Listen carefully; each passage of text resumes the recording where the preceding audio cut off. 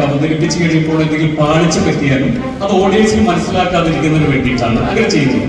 പക്ഷെ ഞാൻ ഇവിടെ അടുത്തതായിട്ട് ചെയ്യാൻ പോകുന്നത് നിങ്ങളോട് പറയുകയാണ്, ഏകദേശം 100ഓളം കണ്ണുകൾ ഇവിടെയുണ്ട്. നിങ്ങളോട് ഞാൻ പറയുകയാണ്, ഒരു റെഡ് സ്പോഞ്ച് ബോൾ എന്റെ കൈവശമുണ്ട്.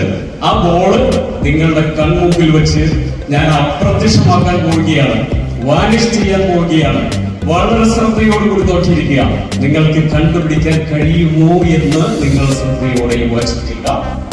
ഞാൻ ഉപയോഗിക്കുന്ന സ്പോഞ്ച് ബോൾ ഇതാണ്, റെഡ് കളർ സ്പോഞ്ച് ബോൾ ആണ്. ഇത് വാനിഷ് ചെയ്യുന്നതിന് വേണ്ടി ഞാൻ മറ്റൊരു കാര്യം ഉപയോഗപ്പെടുത്തുന്നുണ്ട്.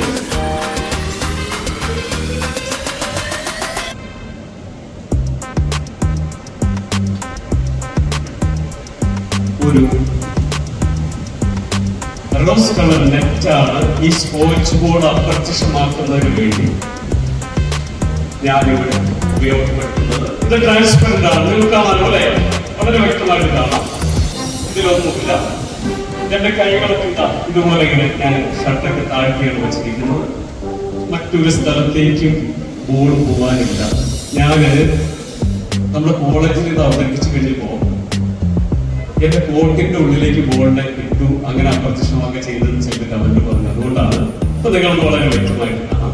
ഇതാണ് എന്റെ ഈ കൈയുടെ മുകളിലേക്ക് ഞാൻ ഈ നെറ്റിന് ഇതുപോലെ ഇതാണ് ഇങ്ങനെ ഒരു കുഴി ഉണ്ടാക്കിയിട്ട് ഞാന് ഇതിലേക്കാണ് ഞാൻ സ്പോഞ്ച് ബോളിന് വയ്ക്കുന്നത്. ഞാൻ ആദ്യം പറഞ്ഞിരുന്നു, വളരെ ശ്രദ്ധയോടെ വീക്ഷിക്കുക.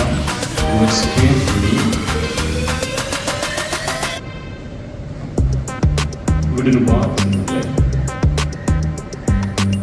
ഈ വാച്ചിനെ കൂടെ ഞാൻ അഴിച്ചു മാറ്റാം. ബോൾ എവിടെയാണ്? കയ്യിൽ തന്നെ ഉണ്ടല്ലേ? ഞാൻ മാറ്റിയപ്പോൾ വെച്ച വാച്ച് അഴിച്ചു വെച്ചപ്പോ ബോൾ ഇവിടെ തന്നെയുണ്ട് അല്ലേ? ഈ ബോള് ഞാൻ ഇതിലെ കൈയുടെ ഉള്ളിലേക്ക് ഇറക്കി വിടുമ്പോ ഈ ബോൾ എങ്ങോട്ടാണ് എന്റെ കൈയുടെ ഉള്ളിലേക്ക് പോകും? അത് സിൽക്കിന്റെ ഉള്ളിലേക്ക് പോകും. സിൽക്കിന്റെ ഉള്ളിലേക്കാണ് പോവാ. നിങ്ങൾ ശ്രദ്ധയോടെ വീക്ഷിക്കുക. ഞാനിതാണ് സിൽക്കിനെ പയ്യെ പുറത്തേക്ക് വലിച്ചെടുക്കുകയാണ്. വളരെ ശ്രദ്ധയോടെ.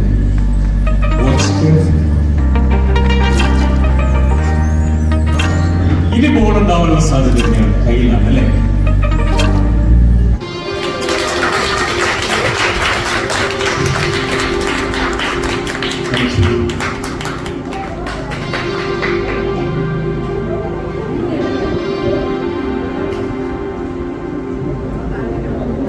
ഒരിക്കലും കാണികളെ ചീറ്റ് ചെയ്യുന്നില്ല. എന്റെ കണ്ണുകളാണ് നിങ്ങൾ ചീറ്റ് ചെയ്യുന്നത്. അപ്പൊ നമുക്ക് മാച്ച്